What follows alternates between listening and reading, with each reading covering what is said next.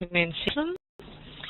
Today I'm going to be hosting this webinar, and I'm going to be basically the voice of the webinar. Good to hear someone at least. Now it was a little tricky to get into it, but finally. And in 1 minute I'm going to present you to everyone. So. Are you moving off the pages? It's going to be Victor. Okay. Can I just, that's for me to manage this one from my side? He's going to be following your speech. All right.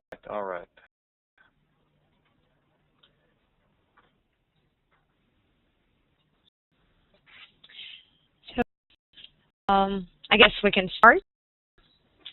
All dear guests, I'm glad to meet you all tonight and starting our webinar in which we'll be covering the topic of building and running effectively a known software development center near York, especially in Belarus.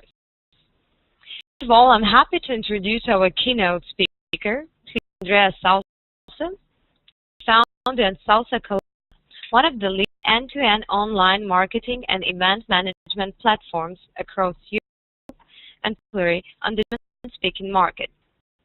Andrea has 20 years of experience in IT and marketing. He founded the company Salce Colada back in 1998, and since then has grown from a traditional marketing agency into a successful digital platform using such big names as Siemens, Bank, Citrix, and others. We have an Agile guru here with us who will tell you very technical questions if you need. Please, Vladimir Gornov, Ciklum Agile coach and a Scrum Master. I would like to point some things and give tips for how to use the WebEx platform. While our presenters are speaking, please chat or Q&A boxes on your right-hand menu. Also, then voice to speakers during the Q&A session. During the Q&A session, if you want to ask a question, please click on the hand sign on the right sidebar.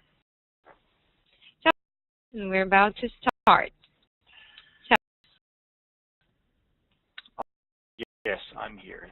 For you. Okay. So can you briefly tell us the story of Salce Colada and reasons why you choose to outsource your software development? Yes. We started back in '98 to work at an agency in this so-called MICE era. MICE is in Congress and Events area. We started an agency, but not as a software development company. And maybe this is important for you to know. I am not a software developer, so this is kind of a presentation out of the site on who is not developing the software by itself. I started to build applications for the MICE industry in 2002 because of the requirements of our customers. And we had our own products since then, 2004, 2005. In the first release, we call it Colada.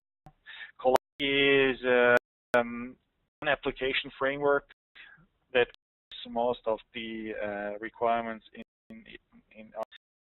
and with Colada, we have now 1,500 users in German-speaking Austria, Switzerland, and Germany. And years ago, we started thinking about a completely new release and started to recruit or wanted to recruit people out of our Swiss office, but we saw that this is absolutely impossible as the whole market of developers here in Switzerland is very, very tough. So we were looking for. We met Franco Dalmolin here in Switzerland, which is the Ciklum representative, and here we discussed, and we thought that there is a possibility to work with a nearshore company, but I didn't actually really believe that try. I will prove that it works. Just let's try to find some developers, and we started the journey, and that's why we are here. We decided then 2 years ago to start to Ciklum, and now we have a small team of 16 working out of Minsk. Okay. So we just go back to the beginning of the presentation so that I can just guide you through, because this is pretty important. What we saw, that what our customers want is they wanted to have they had completely new requirements. They said, okay, we want to have a single platform for all applications. In the past, we had for each requirement one application. So they said, let's go with this thing here and go to this real platform idea. Said, okay, next slide. We would like to have a seamless integration. Seamless integration in terms of having an application framework that really gives us the possibility to hand over the information from the project to participant management, to Congress management, to quality management, surveys, seeing all that stuff. So this was a tough requirement. One tool for all processes. This was the next requirement, because they said, okay, we don't have 5 tools. We just have 20 tools. One that fits all. I think that really changed the whole story a lot. Was that they said, okay, we want to have a seamless integration in terms of mobility. So this was a new requirement for us. We had mobile applications, but they were just not fully integrated. This to the decision to build something new, and we said, okay, we want to have a collaborative application that is really scalable, because from small agencies, 1 or 2, to bigger companies, we need all on one platform. It needs to be design change, because change is really market. It's in the DNA of our market. It needs to be open and very simple. We then decided to create the Colada ecosystem, which is basically a platform, a framework.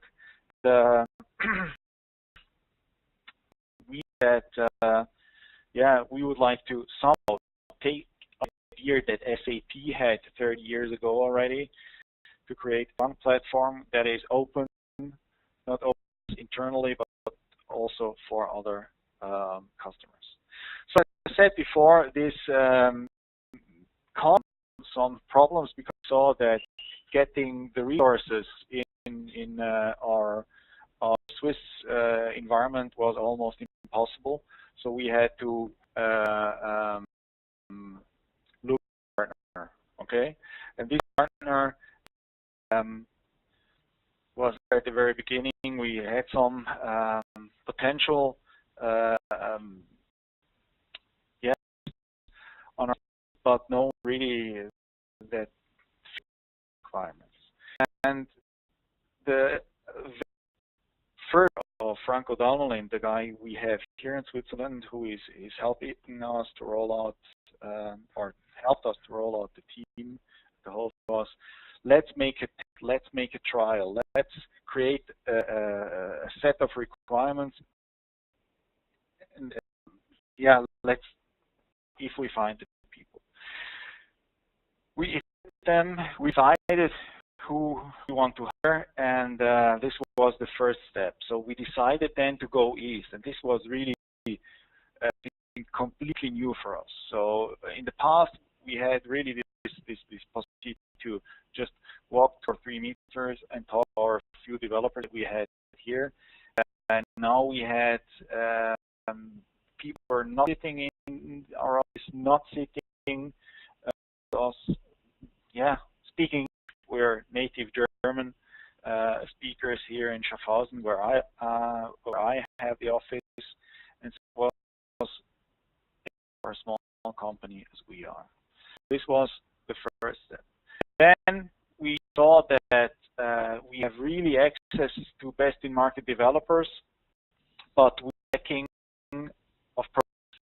And as I told you in the beginning, we development team here, but I am not a developer, but I have the knowledge of the market. I know the customers, I know the processes that are required, so I guess that I have a lot of knowledge, but it is really hard to transform this knowledge and these requirements that we have from the customers into the brains and heads of our developers. And what we needed at that time was somehow someone roll some kind of a gear, someone who translated the documents that we had into readable requirements. When we started at the very beginning, we didn't hire someone of the consulting team. We did by our own, and to be honest, it was pretty tough. It was really, really tough because we didn't speak we didn't speak the same language, and it's that being a lot with one of the Ciklum consultants. So after 4 or 5 months, then we started to work together with Vladimir, who really then introduced the idea of working with Scrum, or to introduce this whole Agile way to work in the development. This Agile injection was very, very important for us because we saw not only the project or the quality of the project was not speeding up as we wanted. We saw that also in the that we got from the employees. They, okay, we like the job, but it's a total mess. We're jumping back and forth. There is no predictability. There is no clear plan, and we got evaluations for the team spirit, for the ideas, for the product, but we were rated pretty low. Agile injection was the next step, and it was also the foundation for us to then go to the team. Because with 2 developers, we're now 15 or 16. We have our IT guys in Minsk as well. So we really outsourced. We partnered up with Ciklum from A to Z. And now that we are constantly improving the Agile team performances processes because the team is growing, new projects are coming on. We started with 1 project, now 4 or 5 projects in our team. So this is pretty tough.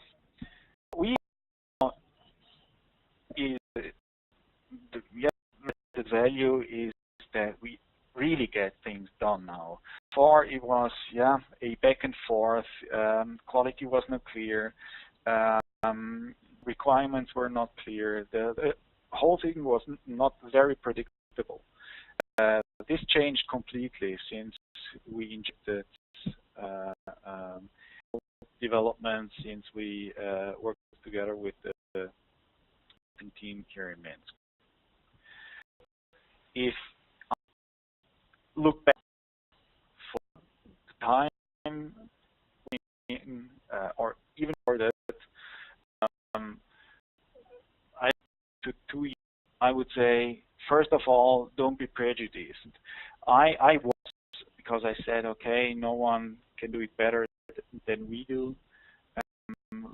Asking for help for our company is not the correct way or the right way. I honestly was wrong. So I was very open. I was not very open, and now I am really open. So to you, as a of course, start believing things. You know, if you in this area. I started in '93 to work in the marketing space, and '98 with the own company. It's yeah, you think always in the same area. You have always some kind of years, and you're something new was pretty tough. You found Ciklum thought outside of the box. Yes. So what is here? Point 3 is very important. What I and what this was completely new for me is that I found someone with Franco or the guys in Minsk from the HR team that you can really challenge. They propose a lot of and not used to someone in the HR area. I just took what I got because finding developers in Switzerland is pretty tough. So this is a lesson. They have good contacts, at least here. I know only for Minsk. I don't know if for the rest, but for Minsk it was very important for us to have this really an added value to work very close with HR. And one more is that if I compare our team to other teams that we have in Minsk, is what appreciate not only our developer, even I really appreciate it, is to spend time with the nearshoring team. So it's not just a supplier relationship. It's a little bit more. It's really teaming up with the times with them. And point 5 here, it's really important to socialize, be part of the IT team, be a member of the whole team as we have it in Minsk was really part of this. So it's really important because in the meantime we really make it. Have some new products on the market. We have from project planning, congress management, and sort of like this. We have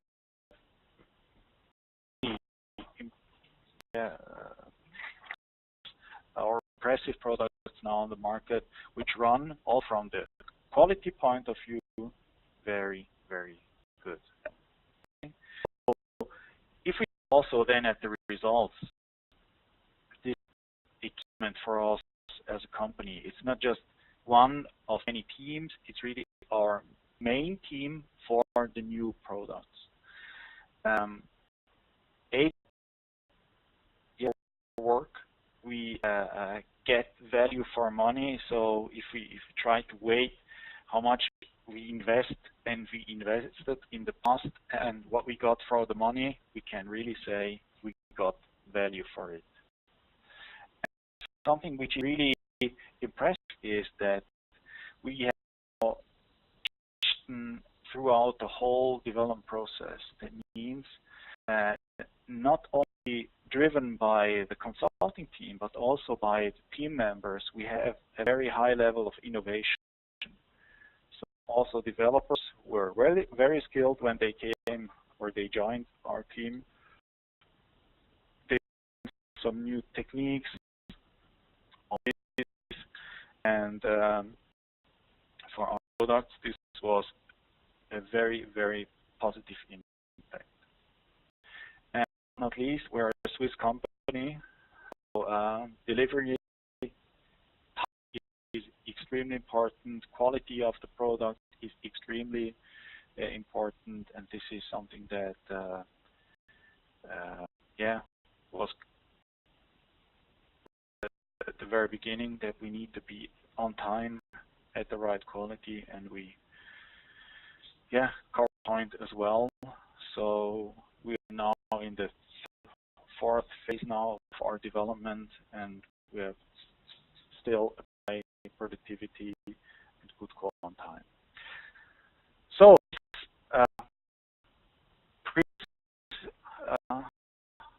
what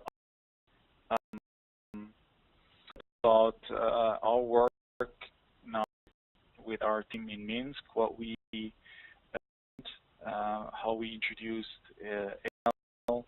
So yeah, I'm open for questions. We don't for now. I have a question.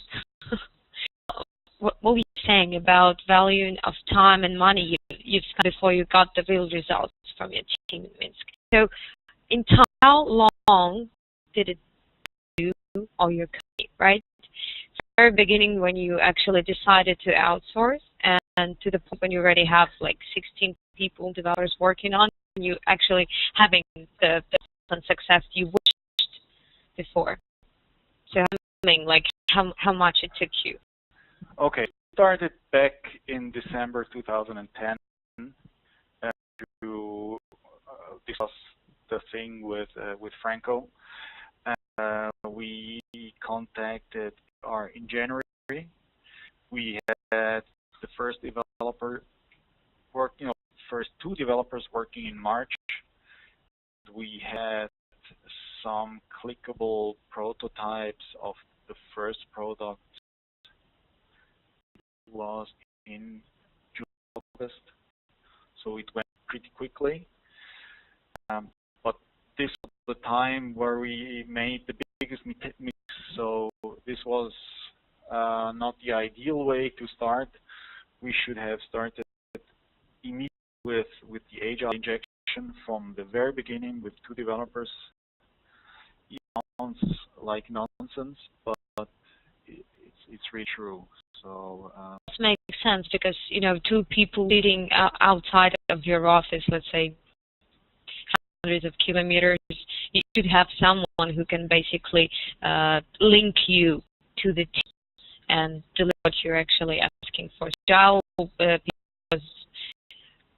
thing to do, but not the first, right? Yeah, in the very beginning, you have the pressure of the customers, you have the pressure of the product owners, and you want as soon as possible, and this is understandable, and usually you follow that pressure. But if I could go back, I would go and start to create the infrastructure and the processes first, and then start to develop. So, we thought that we lose time, but we lost time a few months later. So I would like actually to all the participants who are listening to us, if you have any questions, you can click on the hand on the bar if you see it. So we can simply end the conversation. You can ask the questions directly. And maybe we should ask Vladimir. I want to add one more very important thing. That there are 2 different activities. You mentioned about Agile PM from the beginning, and yes, it's the main goal of this guy to set up a communication and drive site near shore and on-site to form as a one solid team. But what I made for Andrea, it was a little bit different thing. It's called injection program, and the goal of this program is to set up agile process. It was Scrum process in our particular case, and for bigger structure, and it affects not only our team, but it affects, and I think Andrea can agree with me, that it affects and on-site team and head office, because it's hard to bring real value if you make changes only in development area. All levels need to be changed to think differently, to work differently, and to collaborate between each other. Main side. Okay. We're about to start the question session, and I've already got some. So I guess this is the question to Andrea, to you. Talk about team. Is that all 16 developers, or are they also testers and analysis and etc.? of course, there are QAs in the team as well as IT guys. So your developers are, let me count, 12, and then we have QAs. Not enough QAs, so the next round of new hires will be more around QAs because yeah, there. Yes, it's 12 developers, 2 QAs, and infrastructure guy, and have a mix of the role. For example, one senior QA, also a proxy product owner because of a business analysis background. Okay, so Andrea, one more question for you, and someone is about to ask it, but I'm going to read. How do you communicate with the people in Minsk? Which tools or infrastructure do you use? Yeah, that was one of my biggest sorrows when we started, how to communicate. And I thought that it is really important. The way of communication is really important. And I see this constantly the whole day through Skype, if they have questions, if I have questions, and so on and so forth. But that's not really the question. We started to event as a tool to communicate, to plan and create the whole stuff. We started to work with Gina, where we just created the whole epics and user stories. We created the backlog. We defined the releases and so on and so forth. And that's what we're using as some kind of communication foundation. And then we have something like our daily stand-up meetings, which are part of this Scrum that you have the stand-ups where everybody's communicating what he did yesterday and what he will do today. We have our regular sprint reviews with our customers. We have sprint planning meetings with the teams. So there are a lot of pretty regular meetings that are all on, which works very, very well, I say. But, and this is what I mentioned already in the presentation, really important that you also go with your team personally. Individual approach, it's personal connection. Yeah, I think this is important because a lot of developers also that said, okay, I've never really seen or talked to my customer. I never touched him, so I think it's really to have this personal shape to the team and not only the digital way. Work is well done. It is good to see the real hand. Okay, I have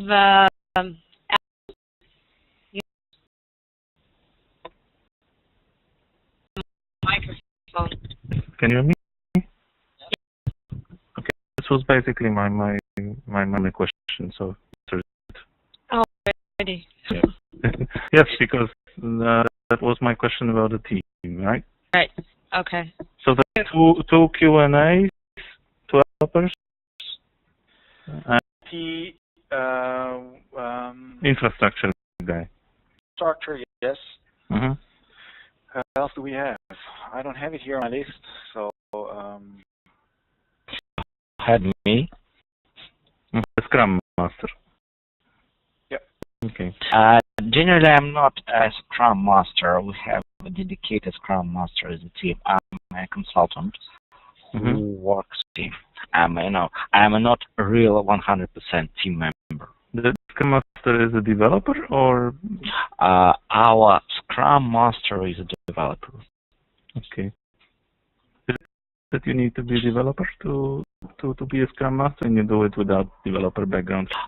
Generally, yes, you can do it without development background, because Master main goal is to be responsible to follow the Scrum process. But it's not a big overhead, and A developer can be a Scrum Master and just switch up. I'm Scrum Master now. I'm a technical guy. Okay. But I saw now in the last 6 to 2 months, the big is to get the customers into the project, because most of the customers say, okay, we don't want to get involved very into this project, we just see the results, but we don't want to join kind of planning meetings or not in-depth planning meetings. So it is important that you have a Scrum Master, but you have also somehow to find the right the role of involvement with your customers. So if you have a Scrum Master which is a developer, that's fine. Then you have to take care that someone is really taking care of the involvement of the customers, which usually say, okay, that's not our business. We just want to see the results. Are not part of the whole planning stuff. Okay. So, I have another question. You've typed one, but I guess I'm not going to read it as long as I can pass the microphone to you. Yeah. Okay. Well, basically, I'm afraid to say that it was slightly answered already. So, referring to the 2 golden laptops on your slide, where you said it's very important to link, or it's very important that the local team and team in Minsk are meeting in person. And yeah, might be how you manage that. So, do you call to the Christmas party every year, or do you have like meetings? How you manage that everybody get to know each other via Skype? No. Good, very good question. Right now we have our infrastructure guy here. He was now 2 here. He just left the office 5 minutes ago, and he will fly to Minsk on Friday morning. And he was here for 2 weeks because we have some new things in the data center in Switzerland that need to change. So this was one. Then one is now heading to Berlin for a few weeks because we have a project there with our local team and our customer. The 3 of them coming up or flying in summer for pro meetings. So I try to be part of the team to Switzerland, to Germany, or part of the team here in Switzerland to Minsk. So that's the idea. Our designer, application designer, Sargon is also part of the team. Roman Holland, which is sitting here in Switzerland. He was in Minsk for 2 weeks. It's not the time big exchange on Christmas.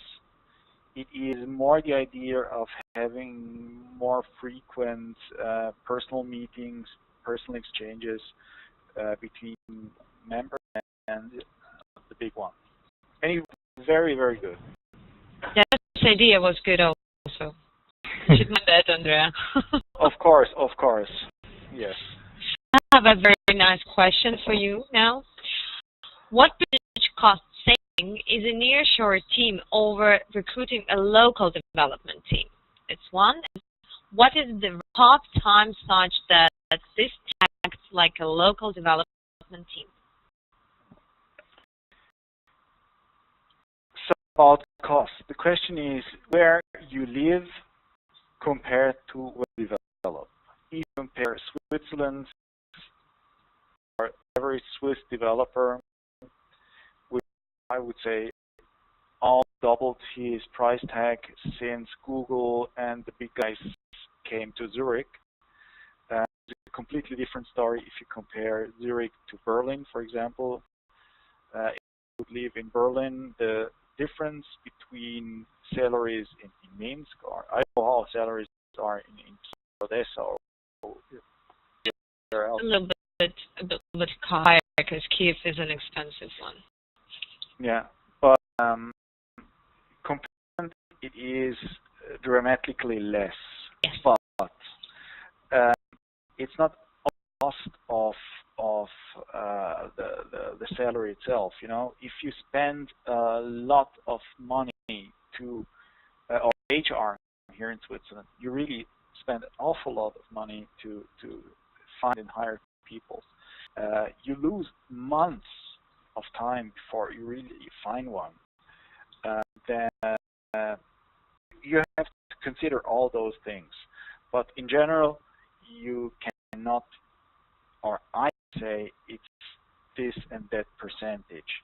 It is, but even if I would of money in Switzerland as in Minsk, the quality that we got, the quality of people, of developers, the commitment they have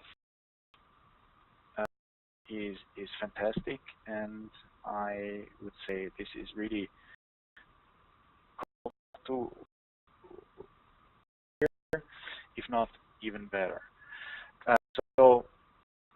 But 30%, 40% less, but you have to then add the money that you spend with traveling, with hard community costs, and so on and so forth.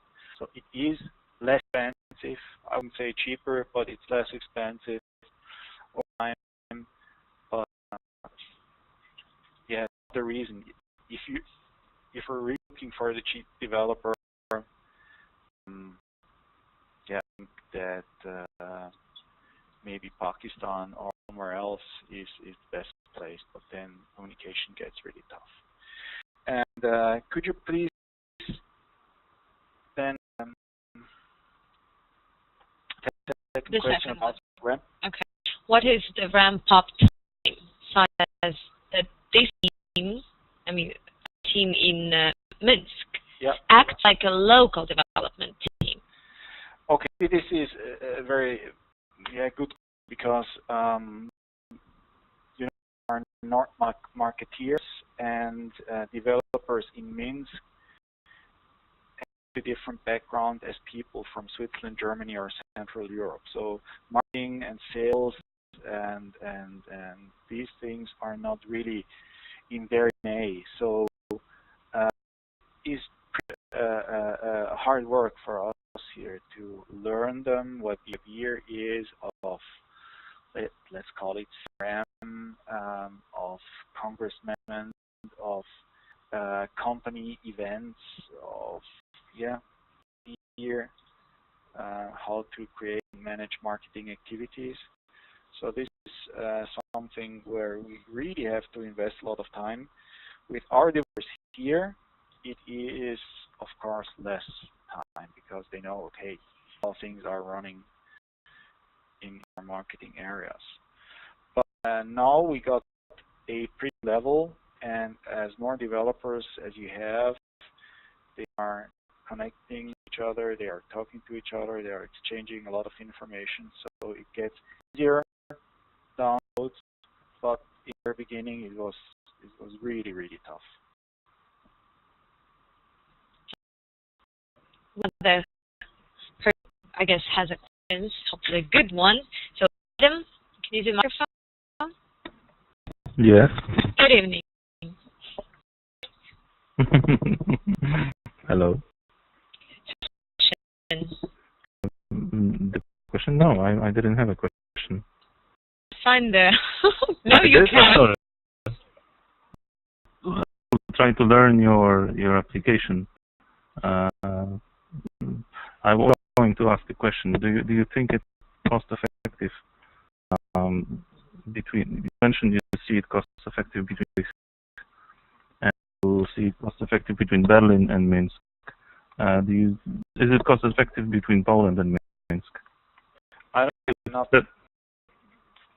about Poland, but I can say concern.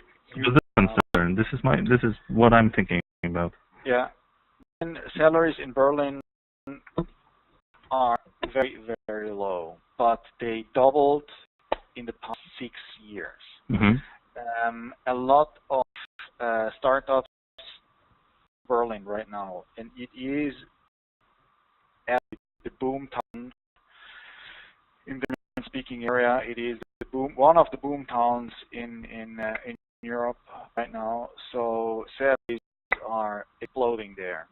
So I would say if you start now and have a process for at least 2 years, it makes sense to hire people out or eastern of Berlin. Yes. I cannot judge how it is in Poland, but Berlin will dramatically become more and more expensive. Someone mentioned also Kiev being expensive. It was no. If we talk about Ukraine and different locations, so Kiev is the capital. Yeah. So that's why the salaries are a bit, not saying very high, but a bit higher than if you go to, let's say, or the city in Ukraine that you developers. So it's just a little bit. The percentage is not that high just because it's city. Isn't it not a problem to get people from out of EU into Switzerland or Berlin into Schengen? This was my experience from the past. I worked with someone from Russia. Needed him in my office, and he didn't get a visa from his own government and couldn't come. Face this kind of problem. We are now really going in and out to Belarus, and guys are also coming and going. Never an issue. Never, ever, never. Okay. And maybe it is an issue for Russia, maybe because this was a real case problem that we had. My opinion, generally Belarus and Ukraine were a little bit closer to Europe. Yes.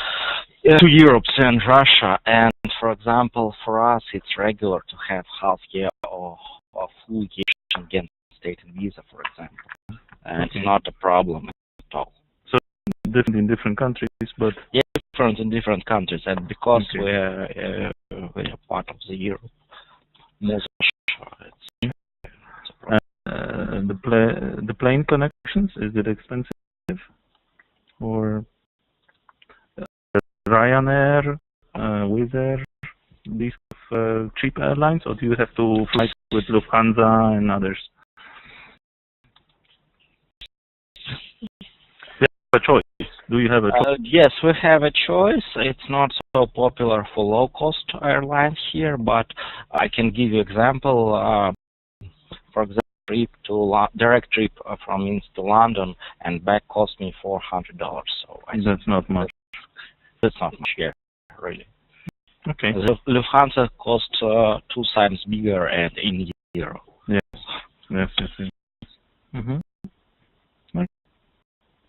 Thank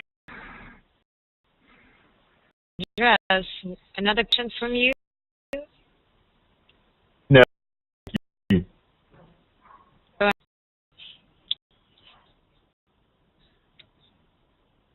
Well, to raise hand because I think covered pretty much good. If there are any other questions, maybe let me just not.